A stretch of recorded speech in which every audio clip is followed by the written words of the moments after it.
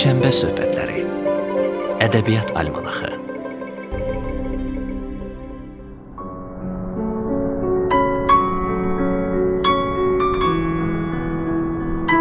Salamlayıram sizi əziz dinləyicilər. Şənbə söhbətləri ədəbiyyat almanaxı verilişinin bir daha görüşünə gəlmişik.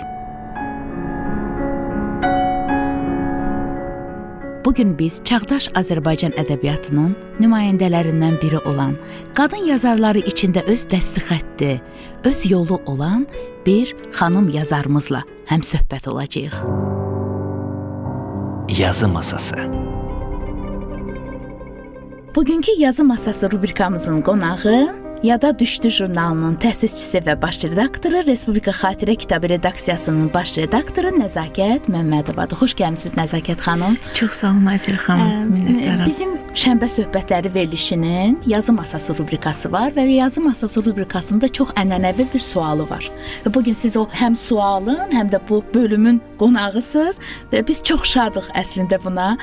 Yazı masası rubrikasının ənənəvi sualı: hal-hazırda yazı masanızda nə var? Nə üzərində çalışırsınız? Hansı işləri görürsünüz?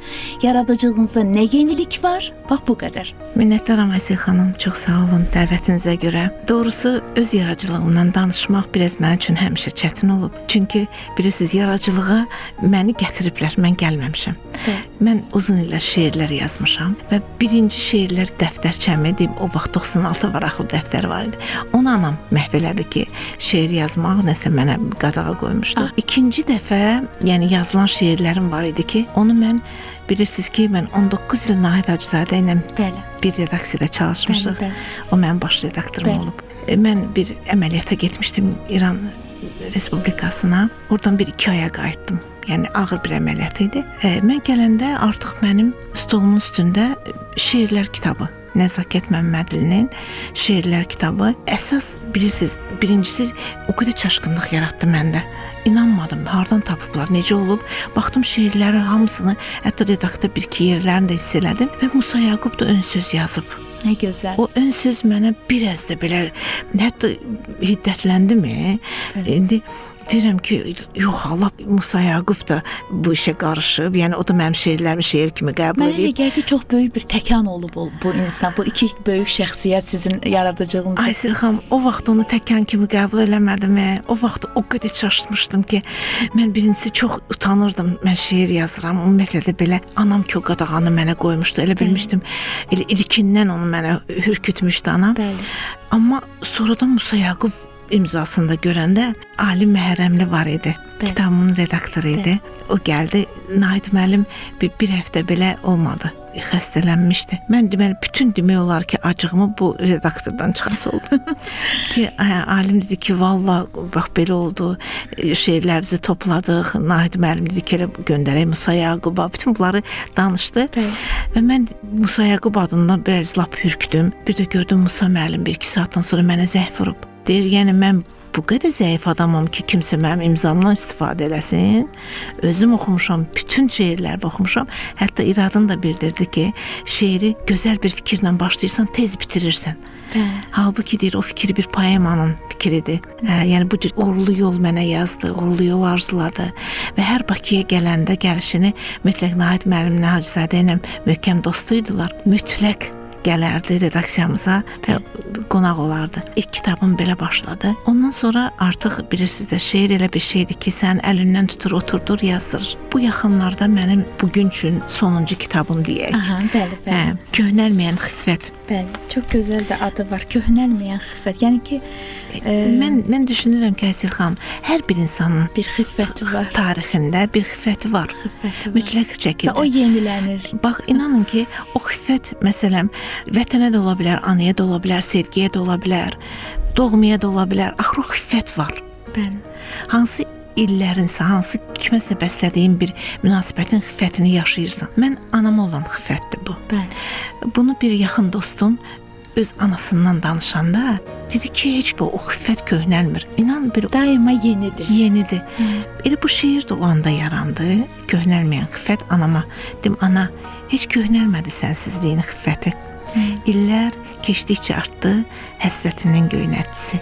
Yəni bu şeir belə yarandı və kitabın adını da elə köhnəlməyən xiffət qoydum. Ümumiyyətlə burada bir növ ən çox sevdiyim şeirlər vermişəm bu kitabda.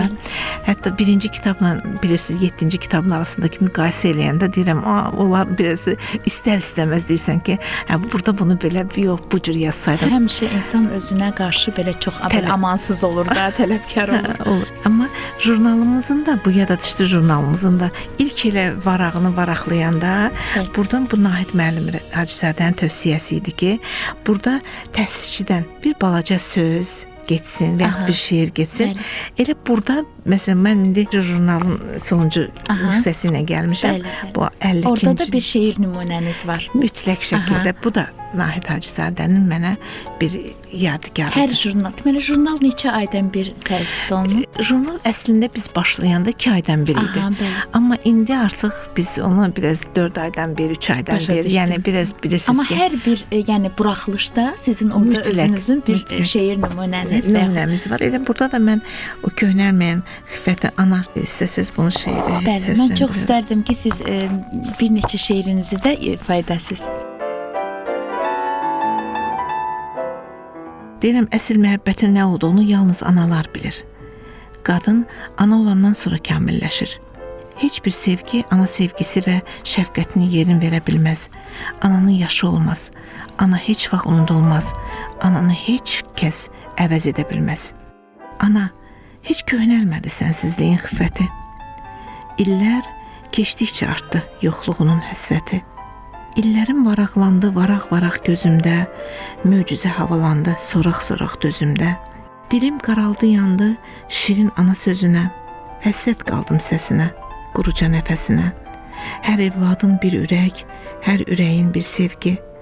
O zərif vücuduna neçə ürək yıxdın ki? Tez-tez ərsə çəkirdi gözlərimin yuxusu. Hər ürəyin qayğısı, hər qayğının qorxusu. Güvənib sığındığım, kainatım sandığım. İlk isti qucaq da sən, ilk isti ocaq da sən. Sən ilk aldığım nəfəs, ilk duyduğum qoxusan. İndi gözlərimdə ana adlı yoxusan. Yenə uzaqlar məni uzaqlara apardı. İçimdəki qorxular səni bizdən qopardı. Yağmağa hazır göyəm, bulut kimi dolmuşam. Yaşlaşdıqca anladım, necə xoşbəxt olmuşam.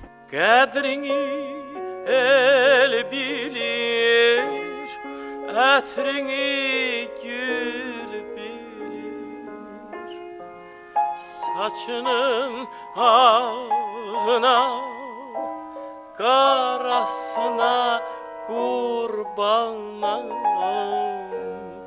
Köllünün o həzin laylasına qurbanam. Əziz anam. Yazı masası. Mən bilirəm ki, siz o qədər təvəzzökar bir yaradıcı şəxsiyyətsiniz ki, siz özünüz haqqında danışmağı sevmirsiniz. Mən bunların hamısını bilirəm, amma çox gözəl bir yaradıcılığınız var. Mən sizin yaradıcılığınızı izləyirəm, şeirlərinizi və sizin çıxışlarınızı izləyirəm. Ümumiyyətlə ədəbiyyatda duruşunuz mənə çox xoşuma gəlir. O mövqeyiniz çox xoşuma gəlir və siz sevilən qadın yazarları arasındasınız və bunlar çox deyil və siz onlardan birisiniz. Yəni mən özüm üçün bunların hamısını bilirəm, amma istərdim ki, dinləyicilərimiz də sizdən bir neçə şeir nümunəsi və yaxud yaradıcılığınızda daha hansı mərhələlər var, onlar haqqında eşitsin. Biraz da özünüz barədə, yaradıcılığınız barədə danışın, Nəzakət xanım. Əslində bilirsiniz ki, şeir necə yaranır? Şeir həsrətdən, şeir nisgildən, şeir məhəbbətdən, ümumiyyətlə hissdən yaranır. Bizim də demək olar ki, ən məhsuldar dövrümüz müharibə illərinə düşdü. Məsələn, hər şair, hər yazıcı, hər qələm sahibi bilirsiniz ki, dövrünün yazıcısı olur, dövrünün yazarı olur. O dövr elə bir dövr idi ki, vətən həsrəti, vətən yanğısı çox idi. Yurd həsrəti, ümumiyyətlə şəhidlərimiz, bizim bilirsiniz ki, xatirə kitabı da birbaşa şəhidlərimizlə bağlı olan bir ensiklopedik topludur. Yəni, bütün bunlar mənim yaradıcılığımda əsas ana xətti oldu. Sizin əsas mövzunuz vətənpərvərlik mövzusudur və amma sizin çox gözəl belə incə məqamlara toxunan, mövzulara da toxunan şeirləriniz var. Siz o çox içdən ümumiyyətlə yazırsınız, çox duyarlı şeirləriniz var. Amma vətənpərvərlik mövzusu sizin yaradıcılığınızda əsas xəttdir. Bilirsiniz, Əsil xanım, məni hər dəfə şeirlərimlə suallara tutanda deyirlər ki, Qarabağdansan. Onda deyirəm ki, yox, heç mən Qarabağı bir dəfə də olsa görməmişəm. Bu, bilirsiniz ki, zəfərdən sonra Qarabağa dəfələrlə getmişəm, mənə qismət olub. Amma ona qədər mən heç vaxt Qarabağda olmamışam. Mən fikirləşirəm ki, bu yurt nisgili, yurt həsrəti mənə atamdan əmanətdir. Mənim babam Ərdəbildən gəlib. O dövrdə bilirsiniz ki, keçən əsrin axırlarında oradan böyük bir köç gəlmişdi və inanın ki, bir nəsillər var idi ki, onlar yarıya bölündülər, yarı o tayda, yarı bu tayda. Yəni o nisgili mənim babam atamı ötürmüşdü. Böyük bir evimiz var idi. Küncdə bir balaca radiomuz var idi. Atam o radionun qarşısında həmişə bazar günləri oturub o tayı axtarırdı və o taydan gələn səs, bilirsiniz ki, o musiqi də biraz fərqli musiqi idi də. Yəni oranı tapandan sonra oranın musiqisinə qulaq asar və bir gün gördüm ki, hətta atam ağlayır, belə gözündən yaş gəlir. İndi təsəvvür edin ki, balaca qızcığaz üçün qəhrəmanı ağlayır, necə olar? Amma atam tez dünyasını dəyişdi. Bu suallar mənim elə öz ürəyimdə qaldı. Bəlkə də nisgilə həsrətə tab gətirməyib onu. O soralar məlum oldu mənə ki, atam eşitmə o yurdun həsrətini çəkirmiş. Mənim bir Ərdəbil şeirim var. Mən o Ərdəbil şeirində... Buyurun, sizi dinləyirik. Onu ifa edin, zəhmət olmasın.